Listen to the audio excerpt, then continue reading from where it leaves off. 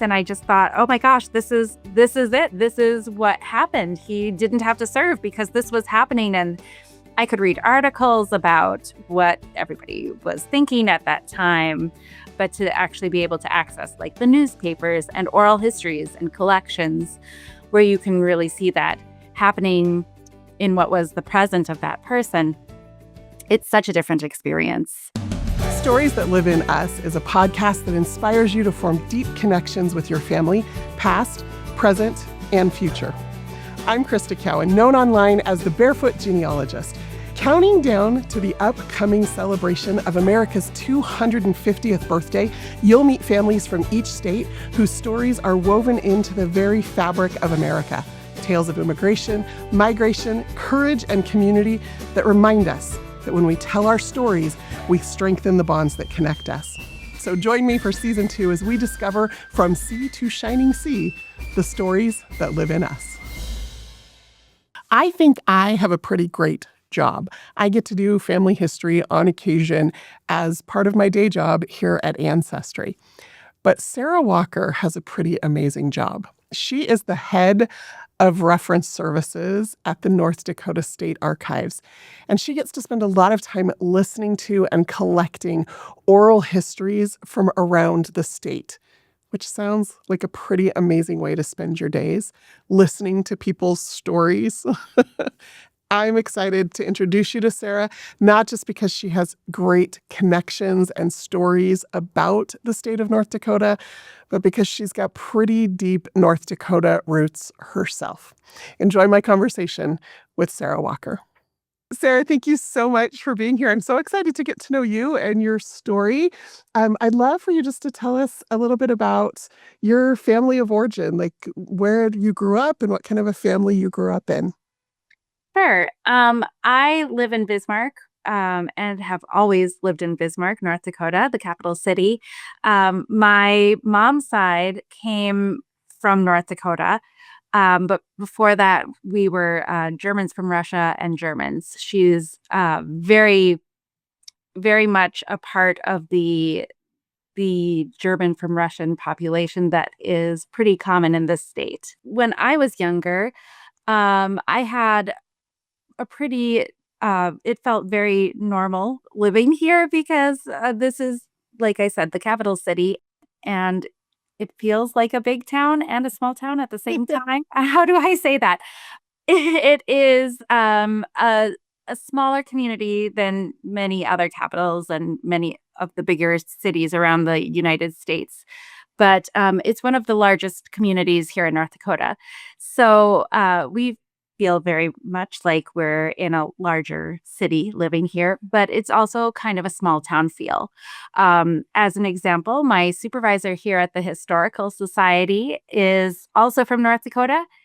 Every time that he runs into someone from his area of the state, he knows if they play Class B basketball, who played what instruments. He knows about their family. He knows where they're from. It's the same case for my family. My mom is from the other side of the state, and whenever we run into anybody from that region, she knows their family, she knows their neighbors, she knows what they did. So there's very much a small town feel, but we're an urban setting here, which I love that. is really nice. Yeah. Yeah, I'm based in Utah. I've lived here for 30 years Okay. now, but I grew up in Los Angeles, so a very big city. We moved quite a bit when I was growing up. I went to 2 junior highs and 2 high schools and kind of worked our way up the West Coast. And then I ended up here in Utah. But yeah, like I love traveling. I've visited all 50 states. And one summer, I realized I had never been to North Dakota or South Dakota. And my brother had never been to Iowa. And so my mom and my sister and my brother and I hopped in the car and made a road trip out of it for about a week. And it was delightful. Oh, that's so nice. Yeah. Um, we are frequently amongst the last states visited. Um, and so that doesn't necessarily surprise me. Actually, you are a little up on me. I've been to 48 of the states. We traveled quite a bit as well. And I think partly that came from my dad's side. He's from Seattle, Washington, but they traveled all over. And so when he and my mom got married, I think that they traveled quite a bit, and they took us along as we came along. So your dad was raised in Seattle. Your mom was raised in the western part of North Dakota. Did I get my geography right? Middle to eastern part of North Dakota. Okay. And so how did your parents meet? They met in Bismarck. My dad came here for a job. He was a meteorologist, and my mom had come to Bismarck because it was a local, or it's the nearby larger city. So as she came out and went to college here, and then got a job out here as well. So they met in Bismarck, and then I don't think that my dad intended to stay in North Dakota. But he's been here ever since. I know a few years back, he said to me, I've been here longer than I've lived any other place, which is kind of interesting to think about. We all kind of get to that point, I think, where we've been in one place more than any other, whether it's where we're from or not. So yeah, they met through a mutual friend, and have just made their home here. I love that. It's so interesting because you're right. Like when people ask me where I'm from, I say Los Angeles because both of my parents were born and raised there. My grandparents lived there until my grandmother passed just in 2018. And so that was always kind of home base. But we started moving when I was 13. We lived in Central California, then we lived in Portland, then we lived up in Washington. Yeah. I went to school in Idaho and Utah. I lived in New York for a little while. And I've lived here in this same town little town in Utah for over 20 years now. Yeah. But I still tell people I'm from Los Angeles. Yeah, maybe I'm really from Utah. Okay. Uh, so your mom fancies herself a little bit of a genealogist, yes? Yes, she has been our family genealogist for years. In fact, we traveled a lot, like I said.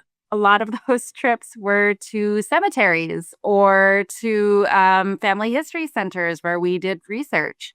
We went to Germany in 2000 as a family and went to a town that her family was from. And actually, her surname, that family is a local hero in that community. So when she told them her name, they like ushered us into this private room and fed us drinks, and they were really excited to talk to her in German, which she was the only one who could speak. So the rest of us kind of sat there and smiled and nodded, but they were so kind to us.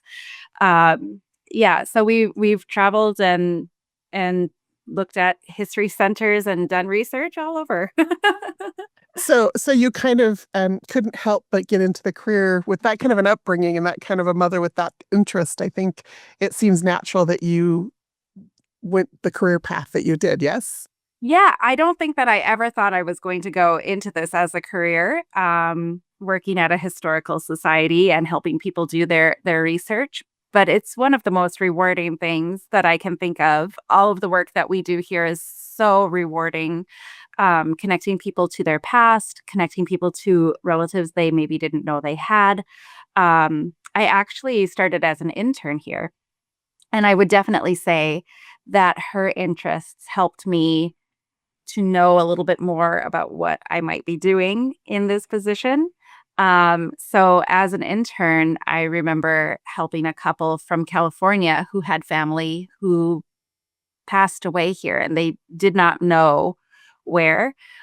We found where the cemetery was that the person was buried in, and they were able to erect a tombstone for that person that had not been there before. And they cried in the reading room, and we see that happen quite frequently. And I tear up too because I'm an emotional crier as well. I definitely tear up when I see others crying, but it like you can just see how much care, like you found somebody who is part of your family who's been lost.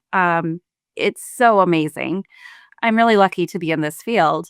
And I don't think that people always realize that this is an option out there, or what kind of tools there are, or any of those things. So yeah, I mean, it's really cool. It's really cool that I've actually even been able to help my mom now find some things.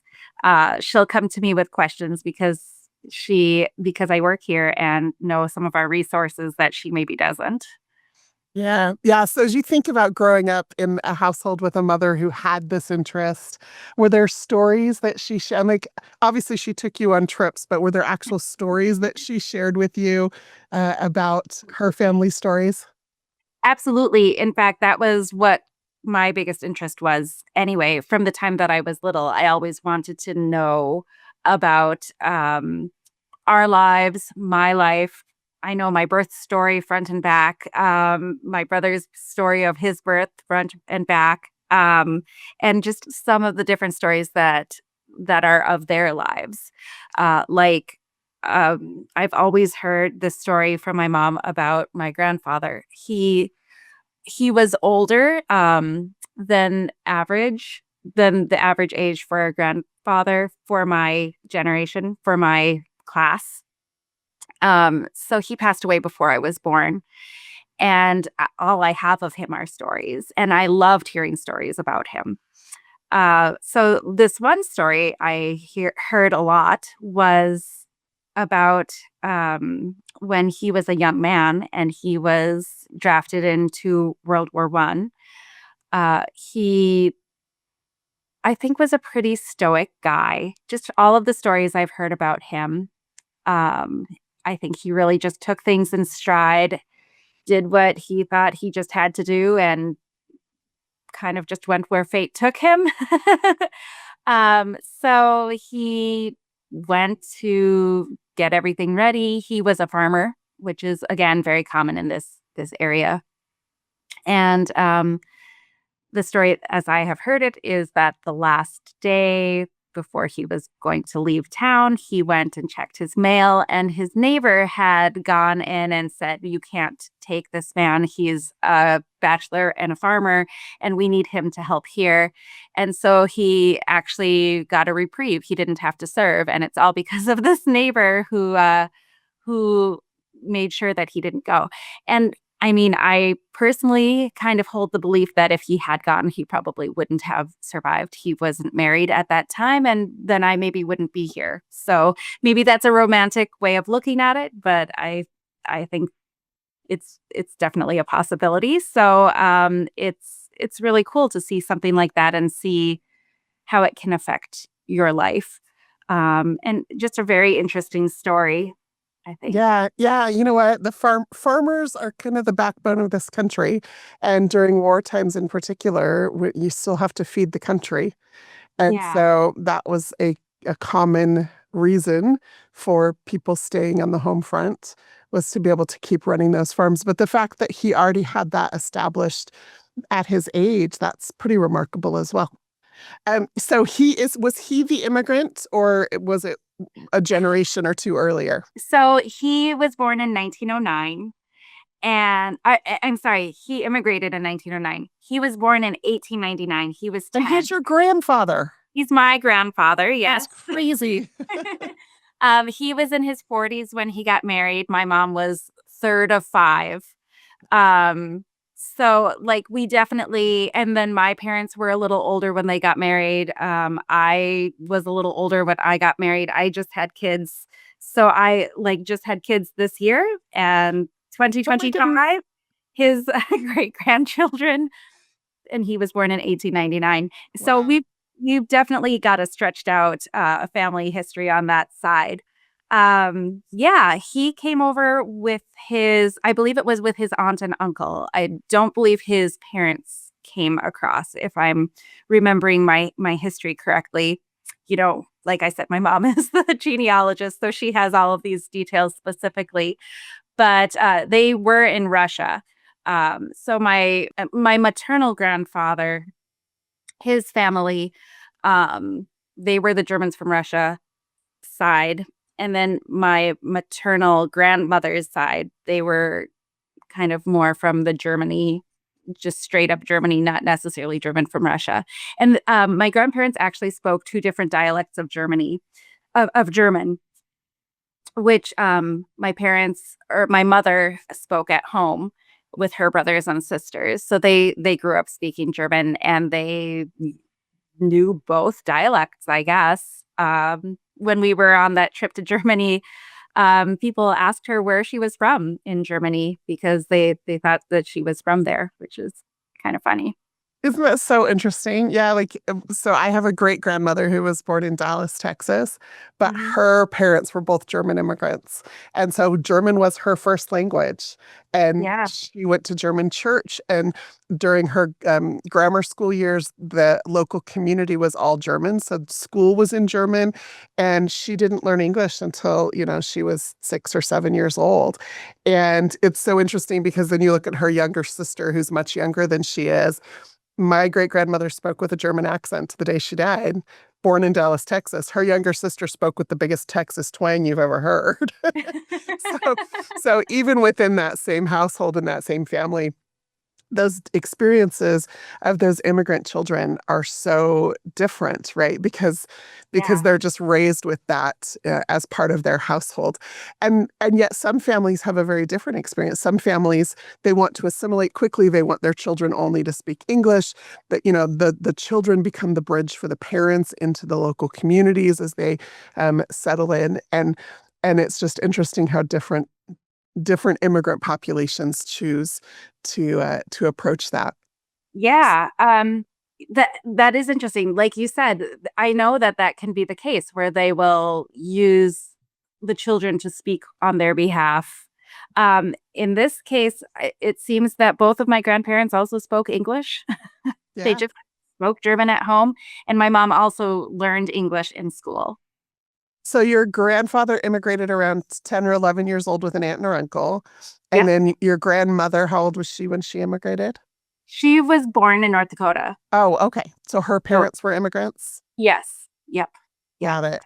So kind of a weird matchup. And then they were actually working on neighboring farms, and that's how they met. I love Um, that.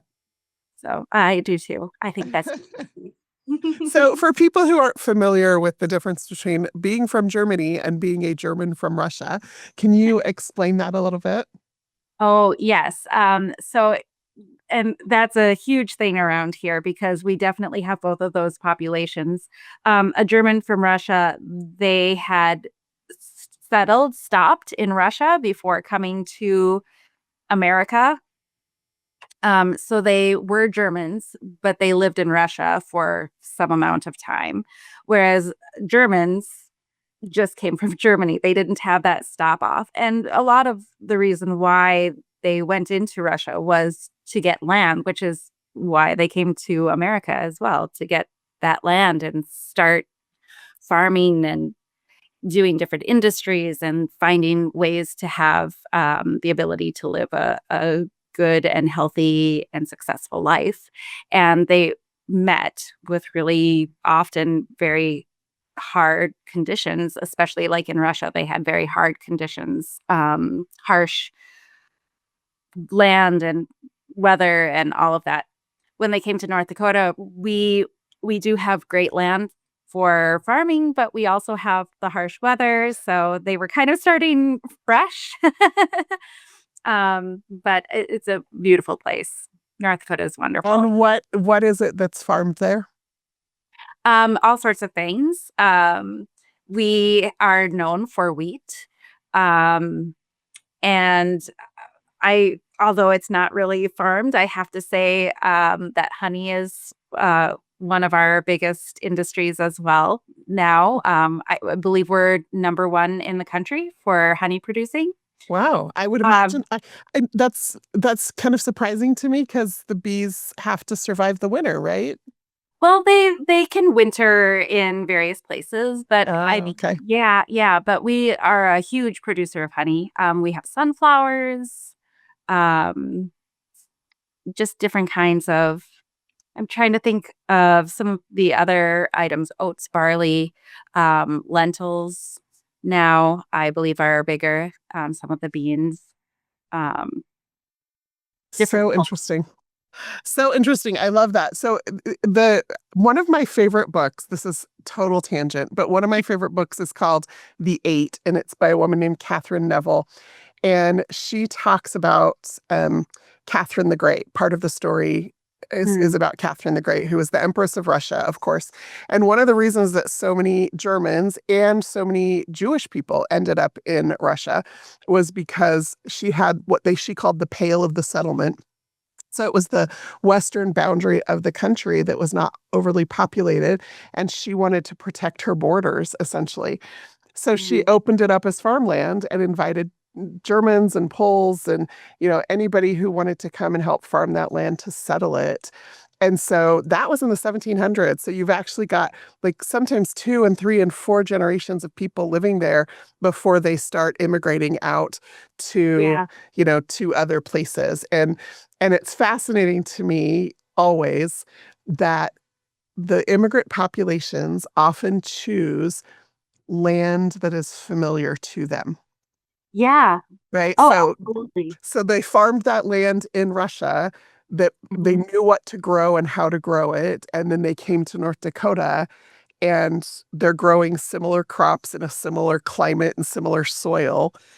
Yes. And you see that with that population, you see that with the Scottish people who immigrated to North Carolina, and like you start to look at the different populations and why they settled in certain places, and often it had to do with the dirt and the temperature. Yeah. Yeah. I think that's absolutely right. Absolutely. And like I said, we have a huge population here of German Russians, and of Germans. So this was definitely an area. And then, of course, as more people would settle here, family would say, hey, come join us. So then you draw more that way as well. You definitely see those communities that seem to be completely one family, three families, maybe. Yeah. So as you think about your mom and her growing up experience, like growing up bilingual, growing up in a community that was so influenced by that German culture, like how do you think that North Dakota like shaped her identity? Like was there other influence, or did they kind of keep to themselves within that community? There there were other influences. I don't know how much they would have come into, her sphere, but I know that I've heard about the one Scandinavian family that lived in the area, another population in North Dakota that can be quite large, but not necessarily in certain communities, um, and, like, different kinds of churches and just different things in her small town. Um and I would say for my mom specifically, she married somebody who was a traveler and had been in many other places, and then she was traveling a lot more because of that.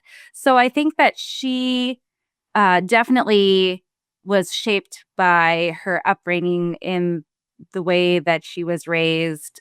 She is definitely still kind of a part of that community. She still speaks German. She still knows everybody from that town, and their children. And we run into somebody and they know each other somehow or were related somehow. That happens all the time. And then Um, and then does that carry over not just from the small town community feel and the language, but yeah, does that carry into any other kinds of cultural traditions or food, or like what does that look like in your family? there's a cookie that's very common around here. It's a Pfeffernüsse. And that's like pepper nut. That's literally what it translates to. My grandfather had one recipe and my grandmother had one recipe, and they are a completely different cookie. My grandfather's recipe is like very peppery tasting. It was his favorite cookie. He apparently taught my grandmother how to make them because he loved them so much. It's like a little tiny cookie speckled with pepper. It's got a little bit of a kick. Very interesting kind of cookie. Um, Not very well known around here as that. My grandmother's cookie recipe is more well known around this area, but not necessarily outside of like North Dakota. And that is like a cookie that's a little bit bigger and covered in powdered sugar, has a little bit of cocoa. Like it's a completely different cookie, and they're both called Pfeffernüsse. They're both a pepper nut cookie. So they had these kind of like dueling customs and traditions sometimes, um, but we still honor them in many ways. My mom grew up.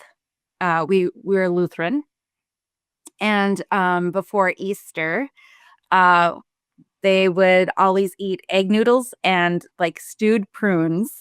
That was their specific meal that they would eat every like Good Friday. She still makes it, still does it.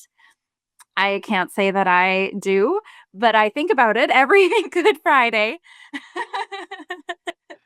And then there are other things like that that just are kind of traditional. But I think for us, a lot of what is remembered are those stories. And I know lots of stories about my family. You just had children, you said.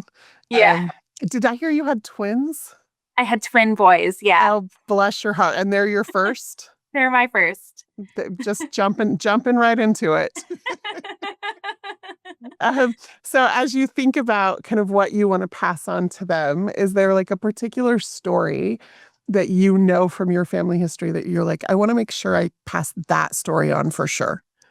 A lot about my grandfather. Like I said, I really know him through the stories about him. And I think he was just an incredible person. I think any immigrant coming to America at any time, you're coming to a place you don't really know, possibly speaking a language you don't know, um, trying to do something with your life that's different from where you've left, whether it's persecution or just opportunity. Um, it's amazing how many of us actually have that kind of courage and fortitude to keep going with it. So, I mean, he was 10 when he came. He didn't come with his parents, and he was a minor and had to kind of go along with the family. And maybe he wouldn't have come to North Dakota. I know he was really sick of traveling by the time he was done. From everything that my mom has said about him, he frequently would say, I've seen enough. I don't need to go any more places because that's a long journey. He was an inquisitive little kid. When he was still in Russia, he apparently wanted to try and grow a peach tree. And he like threw a peach pit into a hole. He was 10 or under. So, like a very deep hole. And he would tell this story to his kids and then laugh about it and say, I wonder if there is a peach tree growing in Russia. He didn't stay there long enough to see the fruit, right? Even the story of like how the cookies are different between him and my grandmother, how they met, different things like that. I just love to think about the person he was. So I feel like every story I know about him, I would pass on.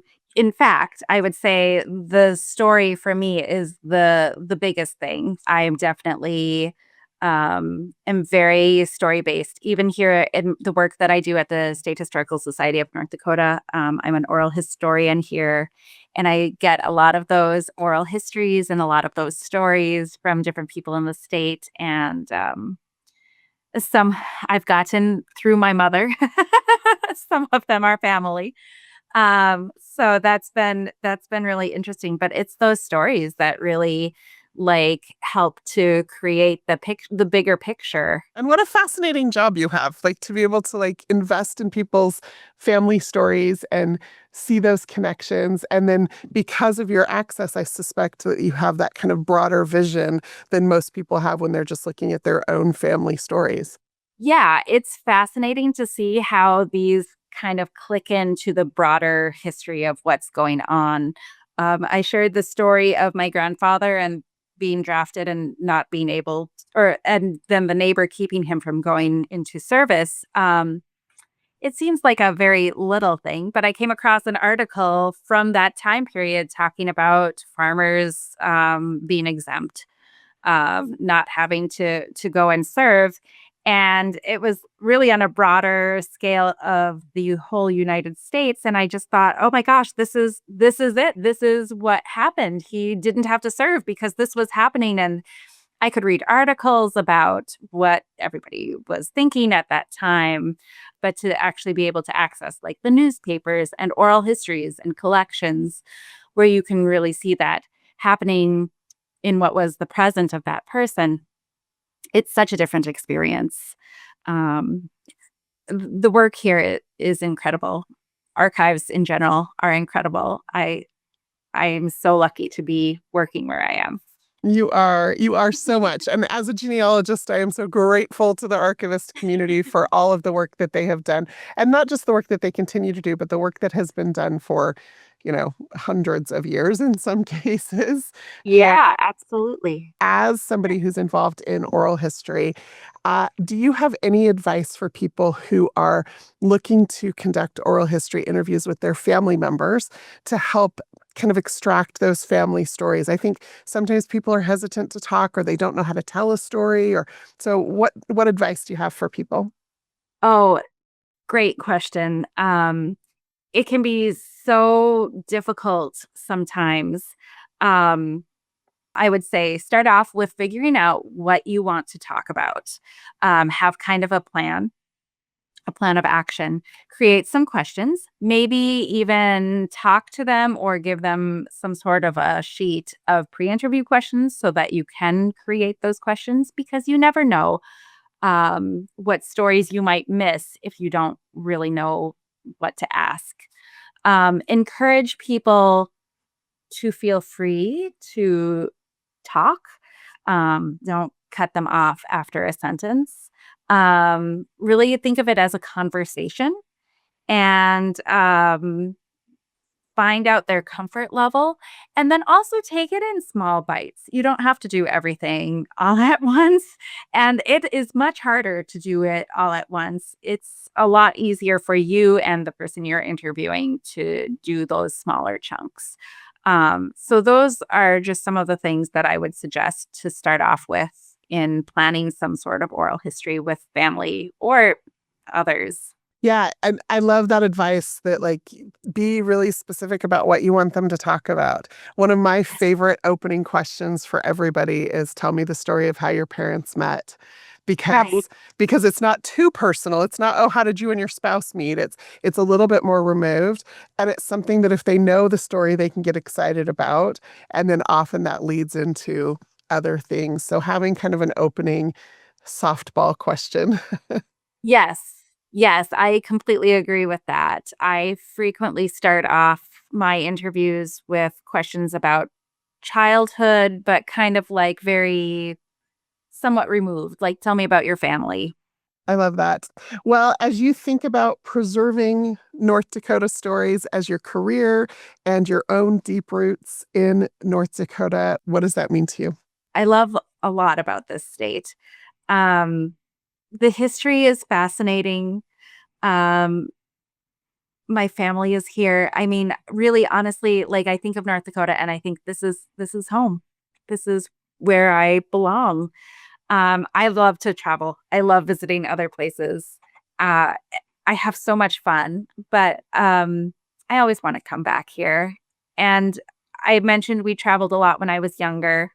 We traveled almost everywhere by RV, actually, which is kind of a whole other thing. But we would always come into Bismarck late at night when we would return. And we'd come up this rise, and there would be the lights of the city just shining up into the air, and it was very familiar. And we don't have a lot of tall buildings. Our Capitol building is one of the tallest buildings here, so you can definitely see it. It's visible. Even at night, sometimes there are lights on the Capitol. Um, so, like, just kind of this whole cityscape with that structure kind of visible in the background. I just like it just felt right. It was our invitation to come back home. And for me that's kind of what I think of every time I think of leaving for travel, for pleasure, for work, whatever. When I'm coming back home, I just like feel the city, the state enveloping me, and I'm home. That's so beautiful. Thank you for that. And thank you for sharing North Dakota with all of us. I appreciate it. Absolutely. Thank you for having me. Studio sponsored by Ancestry.